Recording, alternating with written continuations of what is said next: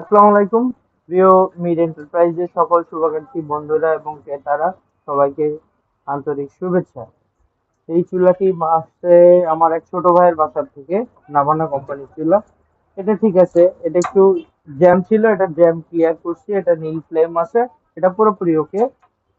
এইটা জ্বলতোই না, বাট এখন জ্বলতেছে, কিন্তু এই যে দেখেন ভিতর থেকে কাছাকাছি নিয়ে আসো, ভিতর থেকে মেশিনটা অটো হয়ে আছে, এটা জ্বলতেই আছে একাধারে।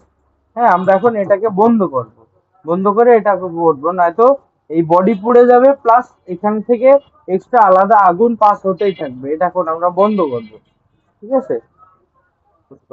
মেশিনটা চেঞ্জ করতে হয়েছি, হ্যাঁ।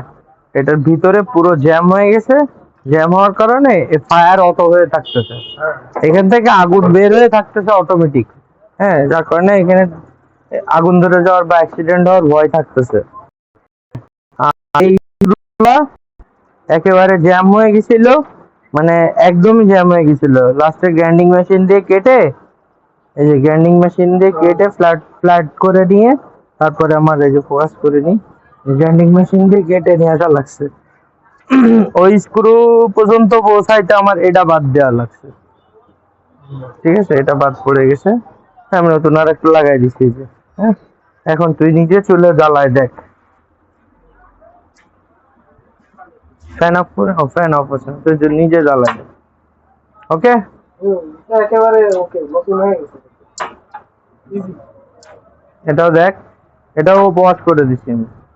হ্যাঁ, ডাস্ট আছে একটু, ওই ডাস্টের কারণে হালকা লালচে দেখাচ্ছে, কিন্তু ফ্লেম একেবারে নীল আছে। হ্যাঁ, তুই কিছুকে না একটু বললে দে। হ্যাঁ অবশ্যই, অনেক ভালো ঠিক করছেন।